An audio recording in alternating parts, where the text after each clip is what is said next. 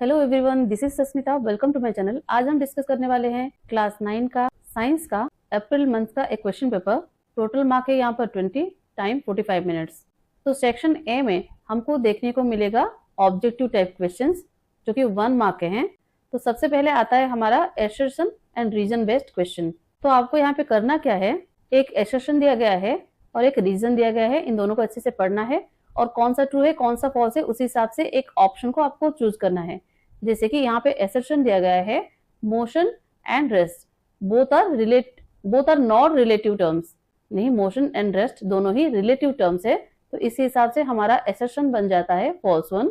And reason क्या लिखा गया है, motion and rest depend on the position of the observer. Yes, जो देख रहा है, जो ऑब्जर्वर है, उसके हिसाब से कोई भी ऑब्जेक्ट मोशन में है या फिर रेस्ट में है, ये डिपेंड करता है। इसीलिए रीजन तो हमारा करेक्ट है, तो हम यहाँ पर लिखेंगे रीजन ट्रू है।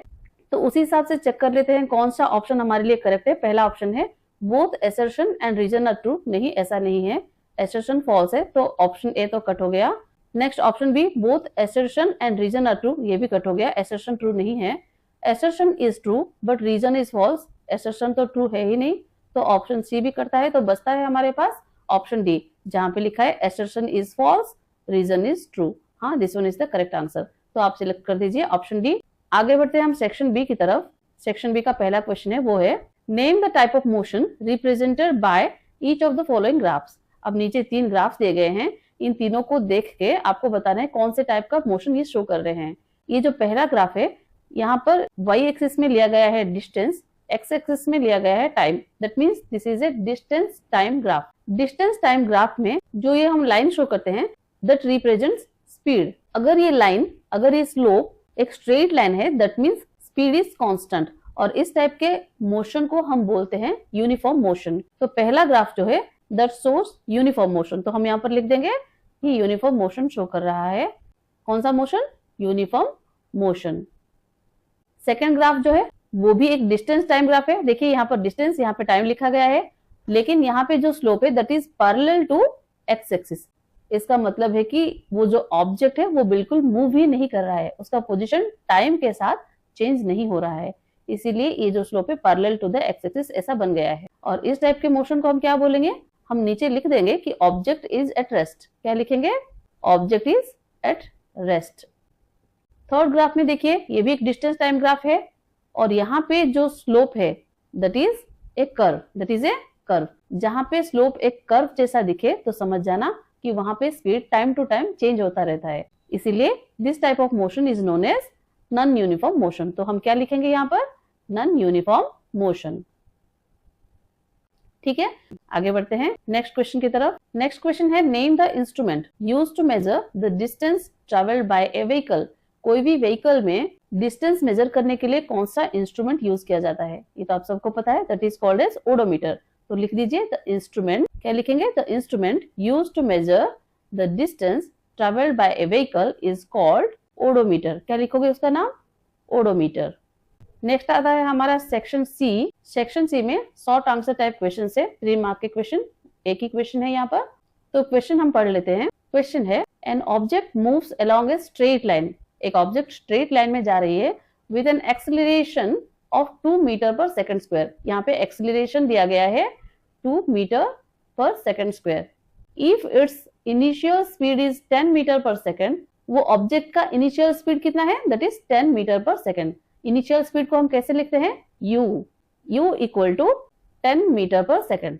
What will be its speed 2 seconds later. 2 second के बाद उसका स्पीड कितना होगा? तो यहाँ पे टाइम बता दिया गया है 2 सेकंड, t इक्वल टू आप लिख लोगे 2 सेकंड। आपको पता चल गया a, आपको पता चल गया u, आपको पता चल गया t। क्या पूछ रहा है? What will be the speed, मतलब final speed after 2 second. Final speed को हम क्या बोलते हैं? v। तो v पता करने के लिए हमारे पास मोशन का एक फॉर्मूला है।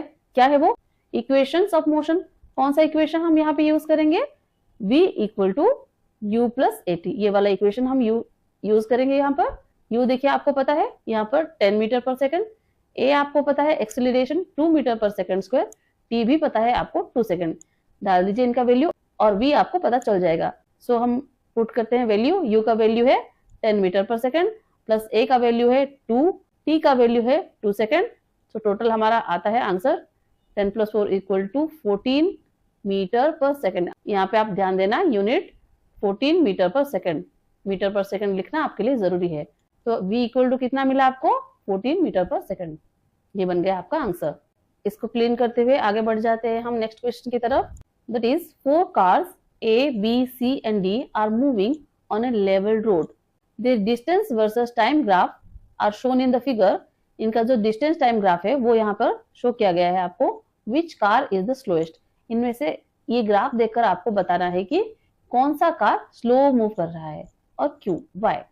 अगर आप ग्राफ देखोगे तो यहाँ पे आपको पता चल जाएगा, this slope is the speed of car A, this slope is the speed of car B, this slope is the speed of car C, this slope is the speed of car D।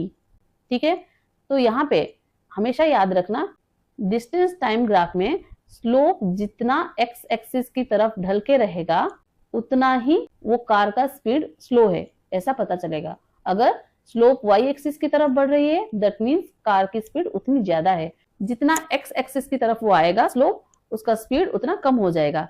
तो यहाँ पर देखिए, ये जो slope है, D car की जो slope बनाई गई है वो एक्स एक्सिस की तरफ ज्यादा ढला हुआ है, इसीलिए डी कार की स्पीड जो है सबसे स्लो है। यहाँ पे क्वेश्चन में दिया गया है ना, कौन सा कार सबसे ज्यादा स्लो है, हम यहाँ पर लिखेंगे the slowest car is car D. Why, क्यों? तो इसके आंसर में आपको लिखना है because in the distance time graph the slope represents the speed. The more it is inclined to the x-axis, the less is the speed of the car. In the above diagram, the slope of car D is inclined most towards the x-axis. So car D is the slowest. आगे बढ़ते हैं next question की तरफ, which is section D में आता है। Section D में आपके सारे के सारे लॉन्ग क्वेश्चन हैं। लॉन्ग क्वेश्चन 2 ही हैं, 5 मार्क के क्वेश्चन है। पहला क्वेश्चन है, State the kind of motion represented by OA and AB। अच्छा, नीचे एक डायग्राम दिया गया है, उसको देखिए। ये पिक्चर में साफ पता चल रहा है OA जो है यहाँ पे यूनिफॉर्म मोशन दिख रहा है, क्योंकि ये वेलोसिटी टाइम ग्राफ है और वेलोसिटी टाइम ग्राफ में जो भी स्लोप हमको मिलता है दैट शोस एक्सेलरेशन, और यहाँ पे ये जो स्लोप है that is the straight line.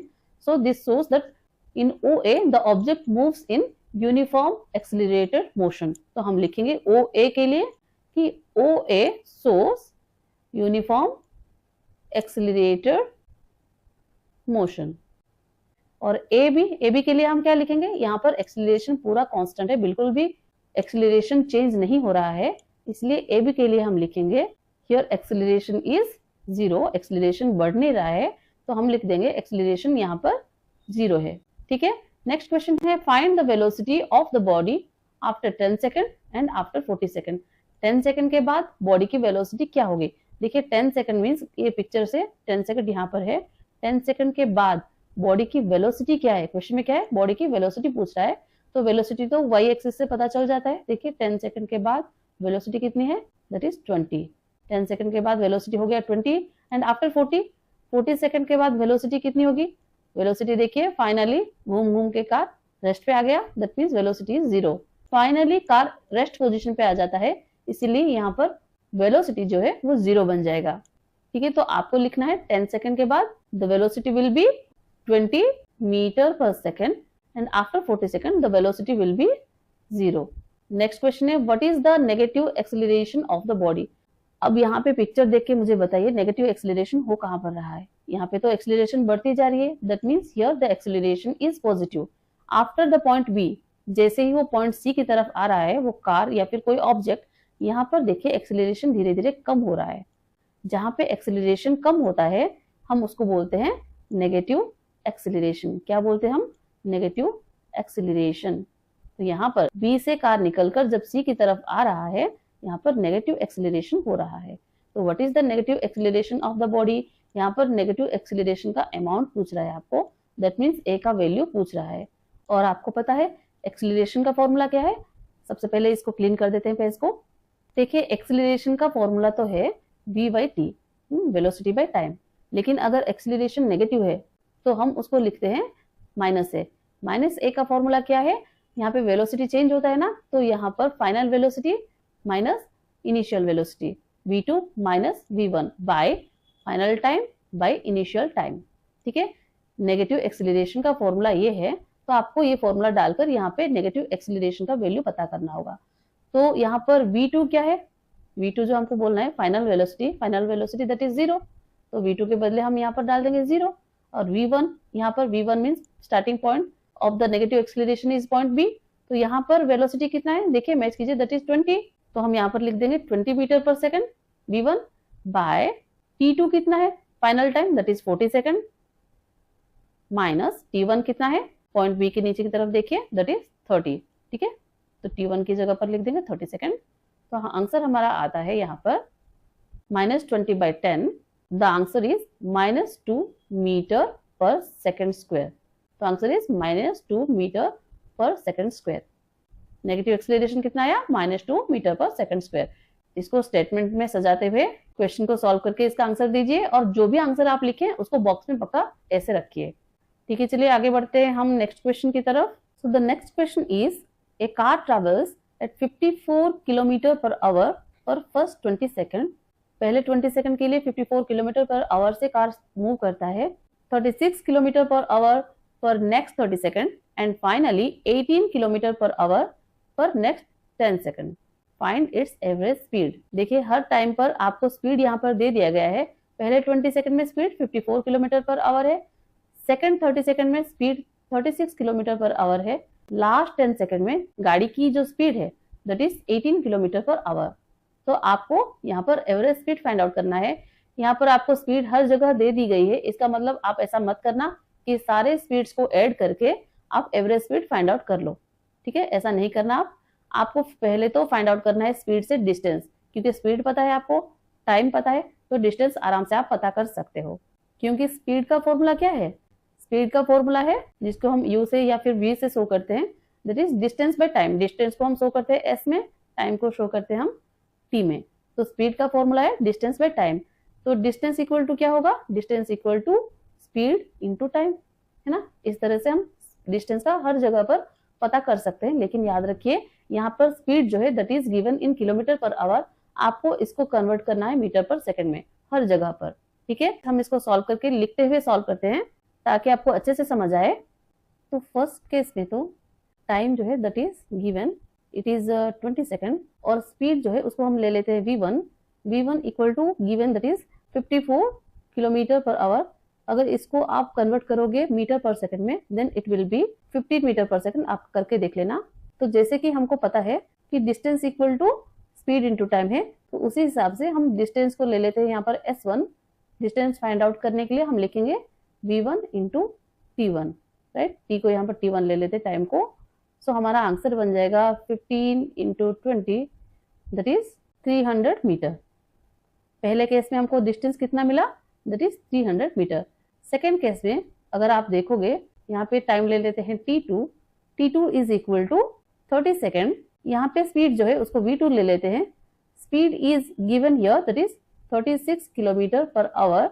अगर इसको आप मीटर पर सेकंड में कन्वर्ट करोगे then you will get 10 metre per second. करके देख लीजिए, चेक कर लीजिए। तो यहाँ पर डिस्टेंस हम ले लेते हैं s2, फॉर्मूला क्या होगा v2 into t2 that is v यहाँ पर कितना है 10 metre per second and t दिया गया है 30 second. So answer will be 300 metre. So यहाँ पर s2 हमको डिस्टेंस कितना मिला 300 मीटर। एंड थर्ड केस में अगर आप देखोगे टाइम जो गिवन है that is t3 equal to 10 second. यहाँ पे वेलोसिटी जो है उसको ले लेते हैं v3 is given here 18 kilometre per hour. अगर मीटर पर सेकंड में आप कन्वर्ट करो तो आपको मिलेगा 5 मीटर पर सेकंड। तो डिस्टेंस के लिए आप यहाँ ले लीजिए s3, फॉर्मूला डाल दीजिए v3 इंटू t3।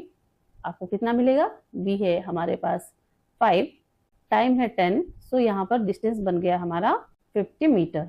सो यहाँ पर हमको मिल गया s1, s2, s3, 3 डिस्टेंसेस मिल गए।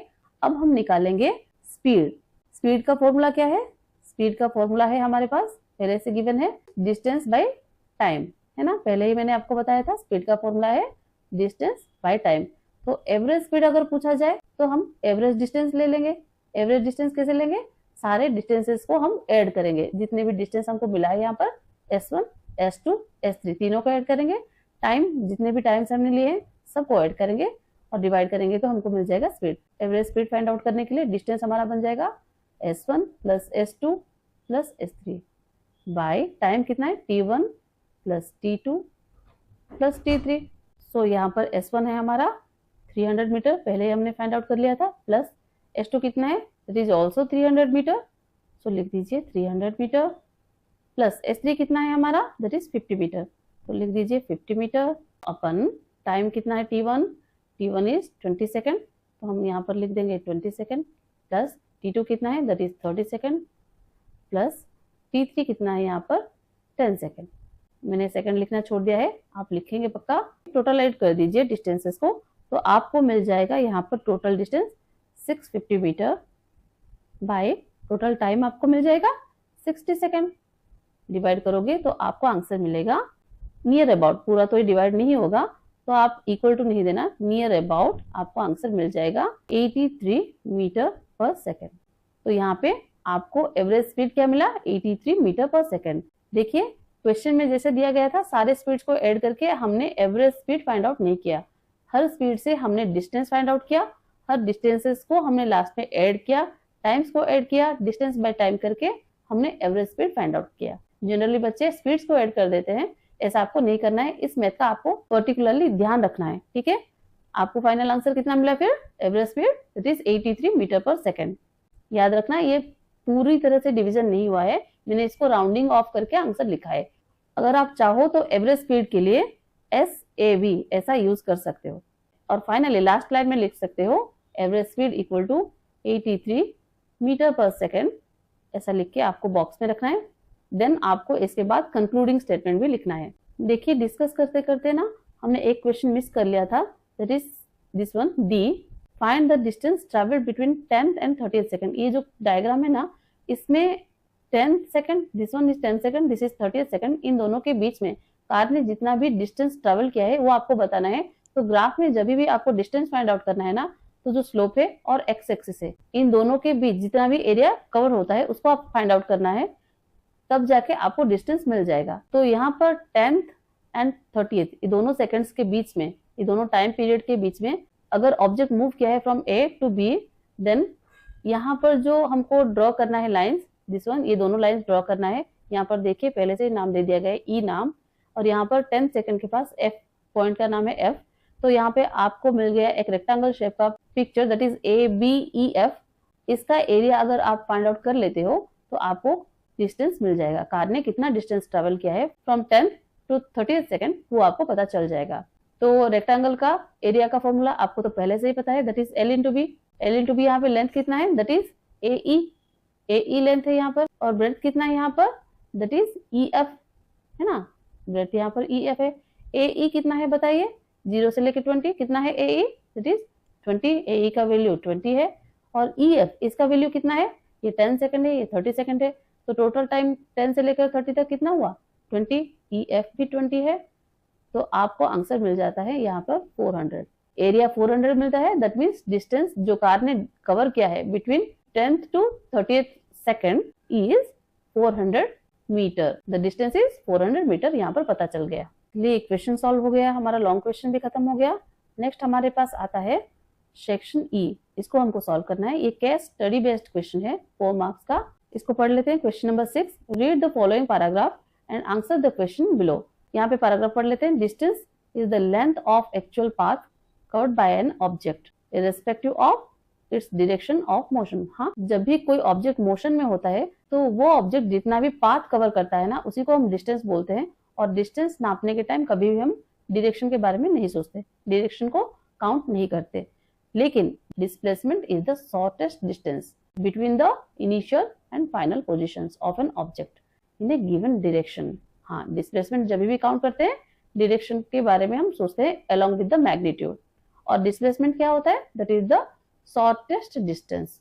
Distance is a scalar quantity, distance हमेशा स्केलर क्वांटिटी होता है, and displacement is a vector quantity. Distance covered can never B negative. जब भी कोई ऑब्जेक्ट डिस्टेंस कवर करता है वो कभी भी नेगेटिव नहीं माना जाता, इट इज ऑलवेज पॉजिटिव और जीरो। डिस्प्लेसमेंट में भी पॉजिटिव, नेगेटिव और जीरो। डिस्टेंस हमेशा पॉजिटिव होता है या तो फिर जीरो होता है, लेकिन डिस्प्लेसमेंट पॉजिटिव भी हो सकता है, नेगेटिव भी हो सकता है, जीरो भी हो सकता है। तो इसके बेस्ट क्वेश्चंस क्या है देख लेते हैं हम। पहला क्वेश्चन है that is dash is the actual path covered by an object. कोई भी ऑब्जेक्ट कितना एक्चुअल पाथ कवर करता है वो क्या होता है? ब्लैंक्स में आप क्या लिखोगे? Speed, motion, velocity, distance. हाँ, आंसर यहाँ पे क्लियरली पता चल रहा है कि ऑप्शन डी है distance. Distance is the actual path covered by the object. ठीक है, next question is dash is the shortest distance between the initial and final position of an object. ये तो करेक्ट आंसर हमको यहाँ पे ही पता चल जाता है, दैट इज डिस्प्लेसमेंट। यहाँ पे ऑप्शन लिखना भूल गए हैं, option A, this one is the correct answer, option A displacement. This is the shortest distance between the initial and final positions of an object. आगे बढ़ते हैं हम नेक्स्ट क्वेश्चन की तरफ, that is third one, which of the following is a scalar quantity. Scalar quantity क्या है? हमने अभी अभी ऊपर पढ़ा, distance is the scalar quantity. यहाँ पे लिख दीजिए B option, this one is the correct one. Next question है displacement covered is dash, can never be a negative. नहीं, डिस्प्लेसमेंट नेगेटिव हो सकता है। कैन नेवर बी जीरो, नहीं जीरो भी हो सकता है। Can never be positive, positive भी हो सकता है। कैन बी पॉजिटिव और नेगेटिव और जीरो, हाँ पॉजिटिव भी होता है, नेगेटिव भी होता है, जीरो भी होता है डिस्प्लेसमेंट। तो हम यहाँ पे सिलेक्ट करेंगे option D, this one is the correct answer. So students, यहाँ पे हमारा क्वेश्चन पेपर डिस्कशन खत्म होता है। ऐसे और क्वेश्चन पेपर आपको चाहिए तो कमेंट जरूर करना। PT1 का क्वेश्चन पेपर मैं जल्दी आपके लिए लेके आ रही हूँ। वीडियो अगर हेल्पफुल लगी हो, समझ में आया हो तो लाइक, शेयर एंड सब्सक्राइब कर देना। Thank you.